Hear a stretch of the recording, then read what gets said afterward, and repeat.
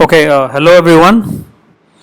This is CS303 Operating Systems, chapter number 6, lecture number 2. Okay, so chapter number 6, lecture number 2. So, chapter 6, as we know, is all about process synchronization. Okay, so here the issue that we are talking about is as follows. We know that for various reasons we can have communication among processes, right? So either through message passing or through shared memory.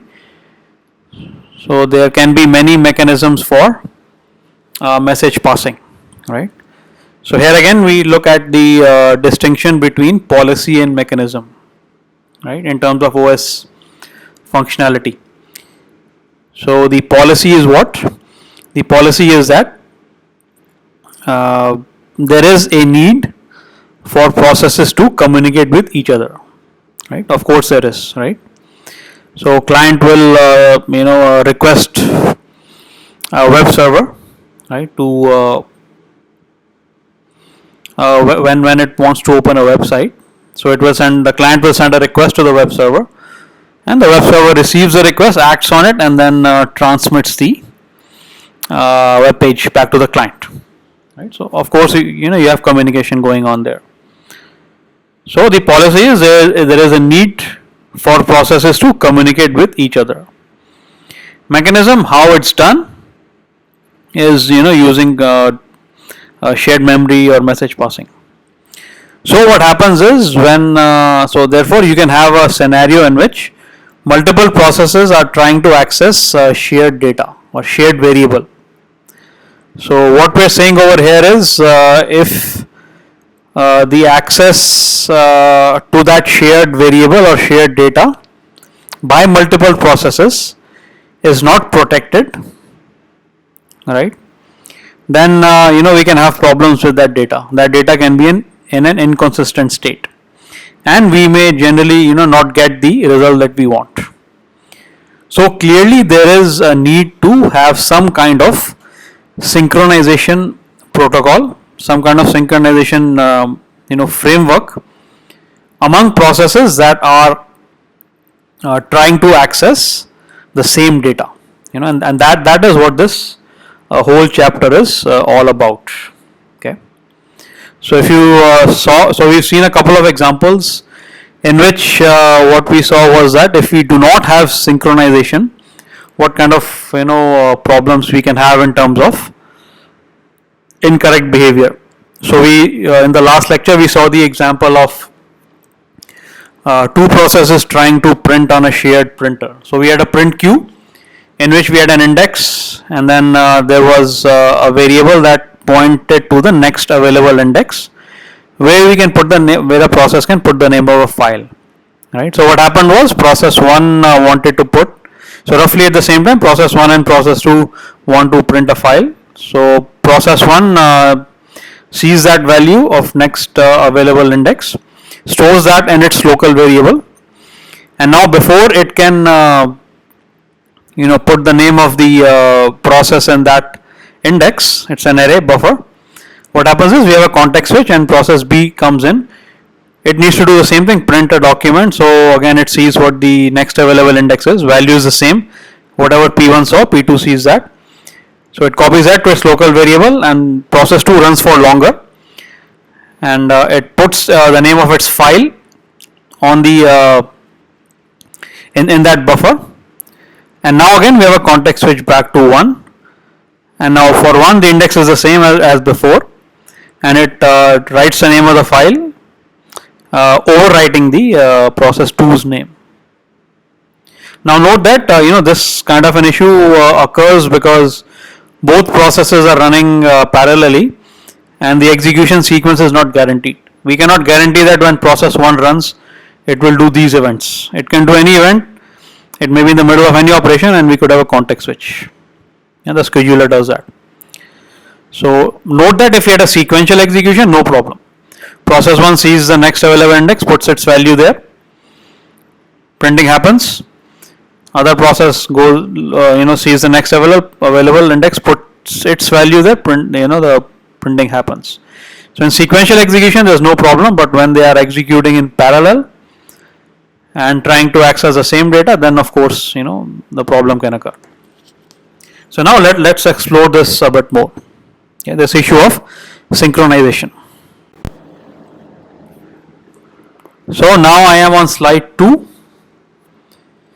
And if you recall, what we were talking about in the last lecture was we were looking at some examples where this synchronization can be an issue, right? So some examples from the real world in which process synchronization can be an issue. So one example we looked at was, we were in the middle of that, was the producer consumer problem. So what happens here is, it's a very general version of the problem. The producer produces something, puts it on a shared buffer, shared array, circular array, and then the consumer consumes from that array. Right. So both producer and consumer are separate processes, and one process adds an element to the array, and the other process removes it or consumes that element from the array. So both processes are running at the same time, and clearly we saw there was a need for synchronization. So what happens when the buffer is empty, right? So in case the buffer is empty, of course the producer should wait, right? Now if the buffer is full, if the buffer is empty, then there is nothing to consume, so the consumer must wait, right? So for empty buffer, consumer waits. What happens when the buffer is full? Obviously producer waits. So which means that if there is at least one item in the buffer, consumer can start, and if there is at least one free space to put an item, producer can run. So now we are sort of looking at this problem a bit, and here we see some sample code, right? So this is slide number 2, sample code. So this is our shared data, type def struct item, right? So essentially we are doing a type def, which means instead of the struct, we are just using the word item, right? So item essentially is a data type. So now we define a buffer of a specific size. Here we are saying 10, right? So this is a version of the problem called bounded buffer. So here the size of the buffer is limited. Okay. And we have 2 pointers in and out, right? We have 2 pointers in and out, which we discussed in the previous lecture. So if I go back, what we have is for in, new items are added here. So in points to next free position. Okay. So let me just write that down. So in points to next free position in the array, right? So which means the producer puts the item based on the current value of in. So in is the next free position, and out is, what is out? Points to the first full position. Okay. Points to the first full position. Items at out will be consumed before the other items, since this is at the head of the queue. First full position in array. So you can at once see the producer will be interested in the in variable. That's where they have to put the next item, and the consumer will be interested in the value of the out variable. That's where they have to consume the next item. So obviously producer puts an item and increases the value of n by 1. We saw that. Similarly, consumes also, once it consumes an item, it increases the value of out by 1,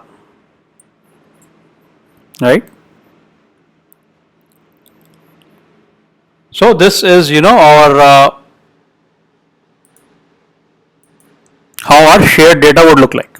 Okay. Okay, now I am on slide 3, S3, and this is the piece of code for the producer, right? So while true, it sort of runs infinitely till we tell it to stop. So produce an item, the act of producing an item, and then while count is buffer size, do nothing. So what it's doing is every time it adds and the producer adds an item to the buffer, it increases the value of count by 1. Okay. So we're keeping a count of the number of items in the buffer, which can change, of course. Every time a producer adds, it does count plus plus. Every time a consumer reduces, it does count minus minus. Okay. So we are maintaining a variable, right? And that will store the current number of items in the buffer. So that variable is count. Now note that this count variable will be shared by both the producer and the consumer. In fact, we'll get a synchronization problem in this count variable only. So while count is buffer size, which means all the indexes in the array are full, so the count has to wait. So it just sort of waits in that while loop, and whenever the value of count is not equal to buffer size, it can get out of the while loop. Okay. So if the buffer is full, wait. Otherwise, buffer n is equal to item. So take the item, add it to the array, and the value of n, right? Next available spot. And then of course increase the value of n. N is n plus 1 modulo buffer size. So this is why this is because it's a circular array.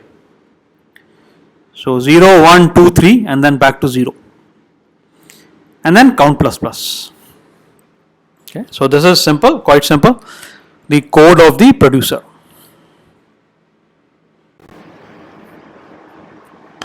Okay, now I am on slide 4 and now we look at the code for the consumer. So now when does the consumer have to wait? Well, of course when the buffer is empty, that is when count is equal to 0. So while true, again running in infinitely, while count is equal to 0, do nothing. So just wait in that while loop. As soon as the count has a non-zero value, right? Now only 0 and positive greater than 0 values are possible. So as soon as the count has a non-zero value, it can get out of this while loop and start to consume. So if the buffer is empty, wait. Otherwise, remove an item from the buffer. Item is equal to buffer out, right? So as we said, the producer uses the variable n when it has to put on the next item, next free position in the array, and the consumer uses the value out when it has to when it has to consume an item from the array. Okay. So first full position in the array. So item is buffer out, and then of course out is out plus 1 modulo buffer size. So just like n has to be increased by 1, out also has to be increased because it's consuming, the consumer is consuming sequentially. First index 0, then 1, then 2, then 3 and so on. And of course what happens to count after you consume? Count minus minus. Okay. So this is the code for the consumer, right? Okay, now I am on slide number 5. Okay, so here as we discussed, we have this shared variable called count, right? Initialized to what? Initialized to 0. So how is this variable modified? How is its value changed? Whenever a producer produces an item, value of count is incremented by 1. Whenever a consumer removes an item, value of count is decremented by 1. And as such, this count contains the current number of items in the buffer. Okay. Now, as we said, the count is a shared variable, which means both producer and consumer are modifying it. So the claim we are making is, if the modification to count is made sequentially, right, then we don't have a problem. For example, if the current value of count is 5, then the producer runs, what's the value? 6. Then the consumer runs, what's the value? Back to 5. Or the consumer runs first, then what's the value? From 5 to 4, and then when the producer runs, from 4 to 5. So when they run sequentially, no problem. But when they run in parallel, when they run concurrently, if the current value before they start, both producer and consumer start running, if the current value of count is 5, what we are claiming is, we could get values of 4 or 5 or 6. Although the correct value is 1 and only 1, which is 5, right? Because no matter what is the order, producer then consumer or consumer then producer, once both are done executing only one time, we will get the original value of 5. So either 5 to 6, 6 to 5, or 5 to 4, 4 to 5. But what we are saying is, if both producer and consumer execute count plus plus and count minus minus statements at roughly the same time, we could get 4 or 5 or 6. So clearly the 4 and 6 values are incorrect. So how that is happening, we will see that on the next slide. Okay. So in order to see what the problem is in executing count plus plus and count minus minus simultaneously, let us break down the the C function call into its corresponding assembly language instructions. Okay. So count plus plus we can implement in machine language as, so register 1 is equal to count, so we have a variable and we load that value in register 1, right? So register 1 equal to count. Then we increase the value of register 1 by 1. So arithmetic operation, we have an instruction for that, add instruction. So register 1 is equal to register 1 plus 1. And finally count is equal to register 1. Okay, so count plus plus can be implemented in machine language using these 3 instructions. And likewise for count minus minus, similar instructions we will have. So register 2 is equal to count, register 2 is register 2 minus 1, right? And finally count is equal to register 2. So very simple, we first in order to execute the instruction, whether it's addition of 1 or subtraction of 1, we have to bring the quantity into the register, right? So we do a load from the memory to a register, and then on that register we do the add or subtract instruction, and then now our final result we have to store it back to count, right? So these are the instructions we will have for each of these. Now what we are saying is, when both are both count plus plus and count minus minus are executing simultaneously, we can have what we call interleaving of the instructions. That means the order in which all 3 are executed, that could change from time to time. It is not guaranteed, right? So here we look at one particular order. So what we are saying is, the concurrent execution of count plus plus and count minus minus is equal to the sequential execution in which the lower level statements are interleaved in some arbitrary order can change, but the order within each higher level statement is preserved. So which means for count plus plus, register 1 is equal to count, then register 1 is register 1 plus 1, and then count is equal to register 1. So that order 1, 2, 3 will be maintained. Likewise for count minus minus, the sequence of these 3 instructions will be maintained, but these 6 instructions can be interleaved in any manner. So here we are showing one such interleaving. So first we have register 1 is equal to count executing. So now what's the value of register 1? 5, which the producer executes. And now the producer executes the second instruction. Register 1 is register 1 plus 1. So what's the value of register 1? 6. So far so good. But now what happens is, what do we have? Now we have a context switch. So the scheduler decides that now the producer has had enough to execute, and now let me give the CPU to the consumer. So now the consumer starts executing. First instruction it executes is register 2 is count. So register 2 is 5. Then the next instruction for the consumer, register 2 is register 2 minus 1. So register 2 is equal to 4. And now again we have a context switch.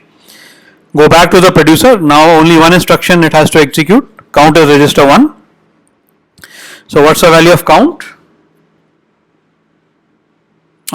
6, right? And now again a context switch. Going back to the consumer. Count is, so for consumer only instruction left is count is register 2. Value of register 2 is 4. So final value of count here is what? 4. Now if T4 and T5 were reversed, then final value of count would have been 6. So clearly this is not correct, right? This is not correct. So what we are seeing is, when both producer and consumer are executing count plus plus and count minus minus simultaneously, then because of the interleavings of the corresponding machine instructions, we are getting an incorrect answer. Okay, we are getting an answer of 4 or 6, both are wrong, right? So I hope this is clear. Okay, now I am on slide 7, titled race condition. Okay. So we, as the first point says, we have incorrectly arrived at at the state of count equal to 4, which is a wrong value. And another option was reversing the order of the last 2 instructions, T4, T5, which again would give an incorrect value of count 6, because the correct count value is 5 and only 5. Okay, and do note that the previous slide shows one particular execution sequence. Other sequences are also possible. So for example, if we had T0 and T1 and then T4, and then we had T2, T3 and T5, that execution would have given us a correct value. But the whole point is, we cannot guarantee the sequence of the execution. It depends on the scheduler. The scheduler may suddenly decide to do a context switch while you're in the middle of modifying a shared variable. So that is the problem. So now question is, why did we arrive at this incorrect state, wrong value? So the reason is because we allowed both processes to manipulate the shared variable concurrently and at the same time. Okay. So there was no there was no synchronization, there was no protection of one process from the other while they were working on modifying the shared variable. So now we define the problem formally. So this is called a race condition. So such a situation in which several processes access and manipulate the same data concurrently, okay, and the outcome of the execution depends on the particular order in which the access takes place. It's called a race condition. So in the race condition, what happens is several processes are trying to access and manipulate. So they are they modifying the value, manipulate the same data concurrently. Okay, and the outcome of the execution depends on the particular order in which the access takes place. So we saw in this previous example, two execution orders give two different values. One is 4, one is 6. So this is called a race condition. And of course, we need to avoid race conditions because we can't afford to have incorrect values, incorrect states. So to avoid a race condition, the golden rule is we need to ensure that only one process can manipulate the shared data at a particular point in time. So what we need is, we need some synchronization, we need some protection. In other words, if the producer is modifying the count value, then the consumer cannot modify it. So it has to wait for the producer to modify, and then it can start modifying it.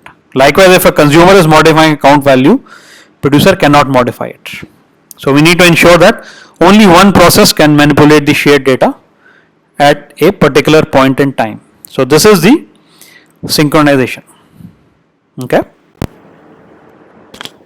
Okay, now I am on slide 8, and now we spend some more time talking about this critical section problem. So we try to define it a bit formally, and we try to discuss a program structure in which we sort of take care of this critical section problem, right? So as an assumption, let us consider a system consisting of n processes. So note that this synchronization is a big issue now with the working of the multi-core, multi-processor applications. So because of that, we have a lot of multi-threading going on, right? And we all know that all the threads in a process share the same address space, right? They share many variables, and therefore race conditions, the chances of them occurring are a lot, right? So we have to be very careful, and we need to ensure that we synchronize these various threads that belong to a process, right? Okay. And it could even be threads belonging to different processes. We can have synchronization issues there as well. So the the model we consider is we look at the process code, right? Process code. So each process PI has a segment of code which is called it's a critical section. Okay. How do we define that? So a piece of code or a segment of code belonging to a process is designated as a critical section. If in that segment the process is changing a shared variable, writing to a shared file, updating a shared table. So here note that when we talk about shared data, we can that data can be of many kinds. It could be a shared variable like we just discussed, the count variable shared among the producer and consumer. It could be a shared file, right? Like a pipe, right? Like a pipe. Or it could be a shared table, some table of information that many threads or processes are reading from or writing to. So whenever you have any kind of shared data, the bottom line is when you have any kind of shared data which you are trying to modify, which the process is trying to modify. So that part of the code of the process becomes it is a part of the critical section. Okay. So key concept here is while a process is executing in its critical section, no other process is allowed to execute in its critical section. So what you have is you have a set of processes, let's say P1 to Pn, and let's say the requirement over here is all n processes are accessing a shared piece of data, all n of them, and within their code they are all modifying that data somehow, right? So all n processes will have their critical sections in which they'll be modifying that shared data. So the rule here is, if any one of those n processes is in its critical section, which implies it is modifying that shared data, no other process of the remaining n minus 1 processes are allowed to be in their critical sections. So in other words, how many processes can be in their critical sections at a particular point of time? Not more than one. Of course, it's possible none of them are if they're not making changes to the shared data, but at a particular point of time, number of processes that can be in their critical sections is bounded by 1. So if P1 is, then P2 to Pn cannot. If Pn is, then P1 to Pn minus 1 cannot. Okay. So that is the rule. Quite simple. So the way the code is structured, each process needs to request permission to enter its critical section. So this part of the process code is called entry section. So generally here, as we'll see, the process will check whether any other process is in its critical section. If it is, the process waits. If it's not, then process can get access to the critical section. So the part of the code where it's checking all of that, where it's requesting permission, is called the entry section of that process. So you have entry section, then you have critical section, and then you have exit section. So generally we'll see that a process needs to do something once it gets out of its critical section, so that other processes can now enter. So there may be a queue of processes waiting to enter the critical section. It's very realistic scenario. So the process that just got out of its critical section has to do something in its code, so that one of those processes in that waiting queue can enter the critical section. So that whatever it does, it's a part of the critical section, part of the exit section. And exit section may be followed by the remainder section, which is a non-critical section part, which means there is no modification of any kind of shared data. So in this way, you have a structure of the process, the code. You have entry followed by critical section, followed by exit, followed by remainder. Okay. So that's the idea. Okay, now I am on slide number 9, and now we are talking about a solution for the critical section problem. So now we have a clear sense of what the critical section problem is.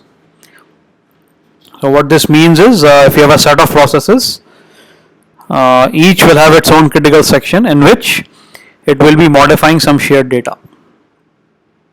Okay.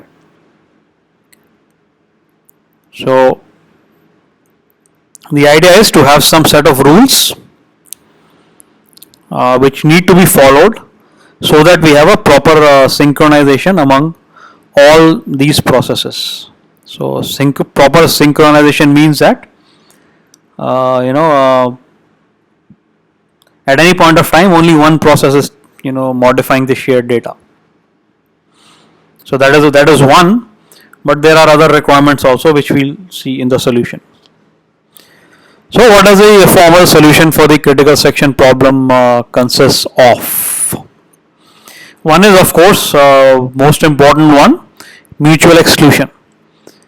That means at any point of time only one process will be in its critical section. Easy to see why this is required, because if you have more than one processes trying to modify the shared data, then because of the interleaving of the constituent instructions, you can get an incorrect values. So your system can be in an incorrect state. So therefore you have to ensure that as far as modifying shared data is concerned, only one at a time. Okay, once a modification is done, other one can modify. Okay. So in terms of the producer consumer, what that means is, if a producer is modifying the value of count, the consumer has to wait till that modification is done, till that count plus is done. Likewise, if a consumer is trying to modify the value of count, the producer has to wait till the count minus has finished executing. Okay, so there is waiting involved. So if a process PI is executing in its critical section, then no other processes can be executing in their critical sections. So at a point of time, maximum one process is allowed to enter its critical section. So now you can at once see a side effect of this, a consequence of this. You may have a set of processes or a queue of processes that want to enter the critical section. So let's say you have 10 and suddenly 6 of them want to enter the critical section. So naturally they will be in a queue, because at a time only one can enter. Okay, that's our requirement. At a time only one can enter. So therefore you will have processes in a queue waiting to enter their critical sections, and you can have many such processes in that queue. So therefore it gives rise to conditions 2 and 3. Right? Both of them have to do with the fairness, right? Preventing starvation, and so on. Right? So second condition is progress.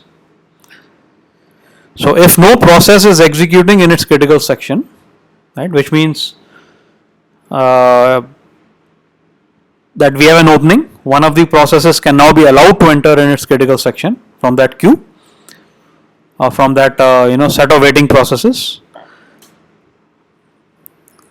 So if no process is executing in its critical section and there exist some processes that wish to enter the critical section, like that set of processes that want to get in, then the selection of the process that will enter the critical section will not include the processes that are executing in the remainder sections. This implies that no process outside its critical section may block other processes wanting to enter the critical sections. So this is sort of a fairness thing. When will a process be in its remainder section? When it has just gotten out of its critical section, right? Because the remainder section comes after the critical section, which means it's just had a chance to enter its critical section and had a chance to modify the shared variable, which means that we will not allow that process to block the request of other processes that have not gotten a chance to enter their critical sections. Okay, so we will give precedence to those processes which are waiting to enter the critical section, and all processes which are in the remainder sections, they will have to wait to enter the critical section. Okay, so pretty clear. The progress condition. Okay, so simply because the processes in the remainder section have just gotten a chance to enter the critical sections, and therefore preference should be given to processes which are waiting to enter the critical section. Right. Third is bounded waiting. So any process that wishes to enter its critical section should not have to wait for too long. Right. That is what this condition is all about. So what this condition says that a bound must exist, right, on the number of times that other processes are allowed to enter their critical sections after a process has made a request to enter its critical section and before the request is granted. So essentially waiting time. So similar to when a process enters a system and a process gets the CPU. The difference of that is wait time. So you want to have a sort of bounded waiting time. So here the activity is trying to enter the critical section. Okay. So a process will arrive, and it will declare its intention to enter the critical section. Why? Because it wants to modify a shared piece of data, right? Shared data. So it will declare its intent to enter the critical section, and so we will timestamp that. Let's say it's T1, and then eventually it will get a chance to enter its critical section. That time is T2. So what we're saying is, so that T2 minus T1 is a wait time. The time between which it declared its intention to enter the critical section and the time when it was actually allowed to enter its critical section. So that T2 minus T1 is the wait time. So you want to ensure a bounded waiting time. Okay. So which means during as long as it's waiting, we need to have a bound on the number of other processes that are allowed to enter the critical sections. So if we don't have that bound, then theoretically infinite number of processes may be allowed to enter the critical section before this process in question. So let's say if we have process Px, it declares its intention to enter the critical section, right? And then before its request, the request for Px is granted, we must have a bound on the number of times that other processes besides Px are allowed to enter the critical section. So maybe we say, put it very simply, we will allow only 5 processes to enter before Px will get a chance, or we will allow only 3 processes to enter before Px gets a chance. So we must have sort of a bounded waiting for Px. For Px, the waiting time should not be unbounded, should not be indefinite, should not approach infinity. Okay. Of course, what is the exact value of bound? As you can guess, it's a very hard question to answer. Okay. But for now, let's just assume that it should be bounded. It should be a value which is as low as possible. Okay. So these are the 3 conditions which form the solution to the critical section problem. So if these 3 conditions are satisfied, we will say that we have solved the critical section problem. Okay. Okay, now I am on slide 10 and here we are seeing in the form of a timing diagram what we are looking at in terms of critical sections or critical regions. So here what we see is, so first of all, how do we define a critical region or a critical section? So the part of memory where the shared memory is accessed is called a critical region. So generally, the shared memory where we have the possibility of modifying or writing to shared data. Many processes or many threads can potentially modify or write to shared data. So we see the timing diagram. What happens is we have process A and process B. So most of our models will consider 2 processes to begin with, just to look at the simpler version of the problem. So process A enters its critical region, right, at time t1, and no other process is inside its critical region, so it's allowed to enter. And then at time t2, what happens is B2 declares its intent and attempts to enter its critical region. Now problem is B's request accepted or denied? So of course our requirement is at any point of time how many processes can be in their critical sections or critical regions? Only 1. Now since A is already there, so the request of B is denied. So as such what happens is B is blocked.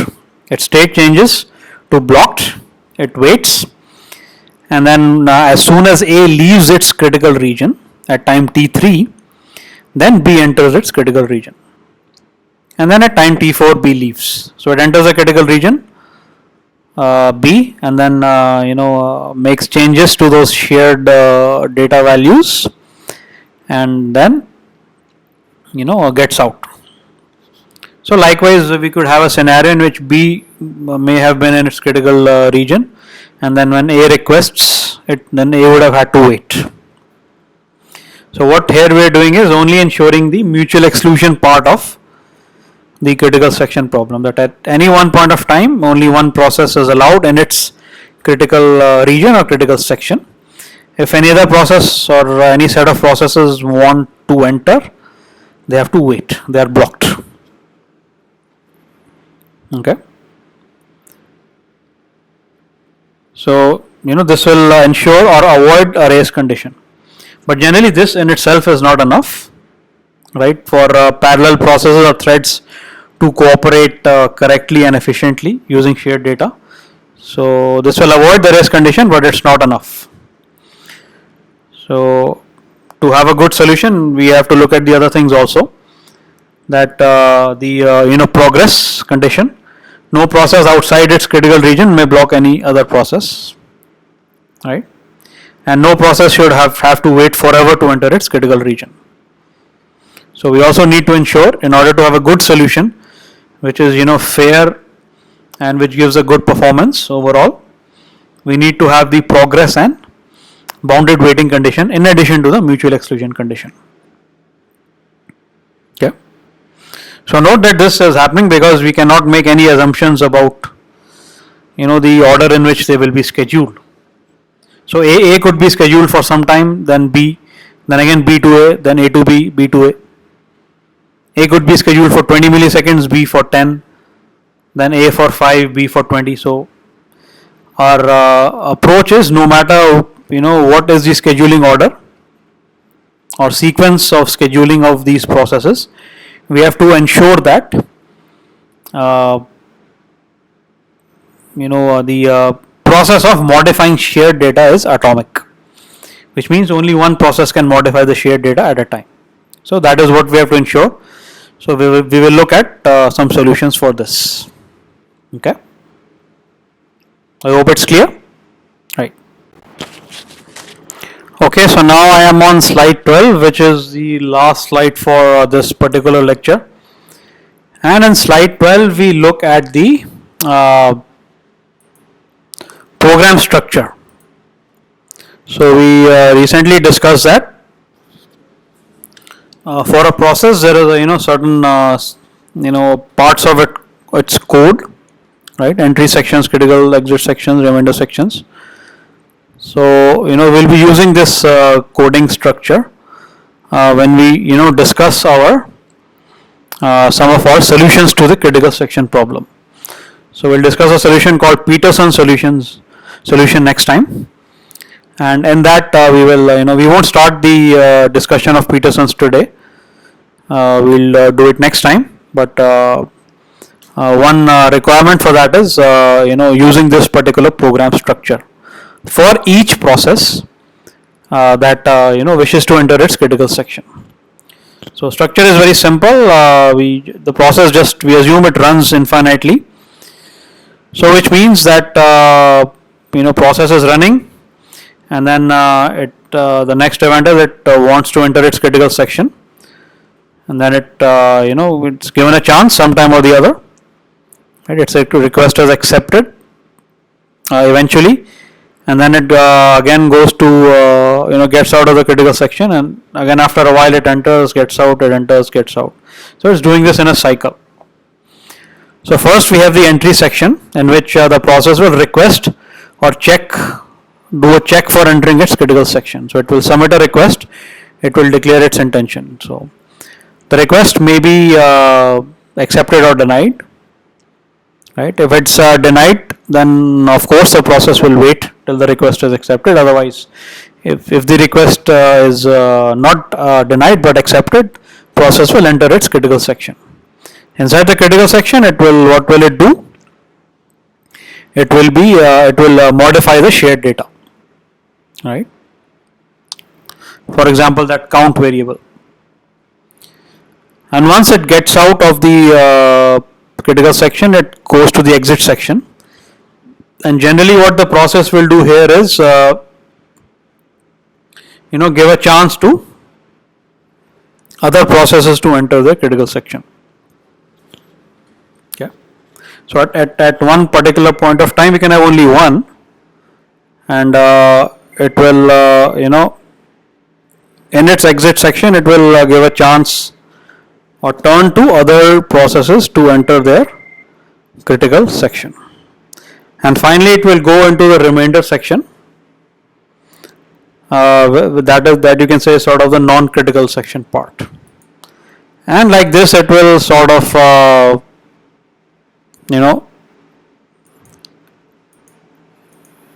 it will sort of keep going like this in a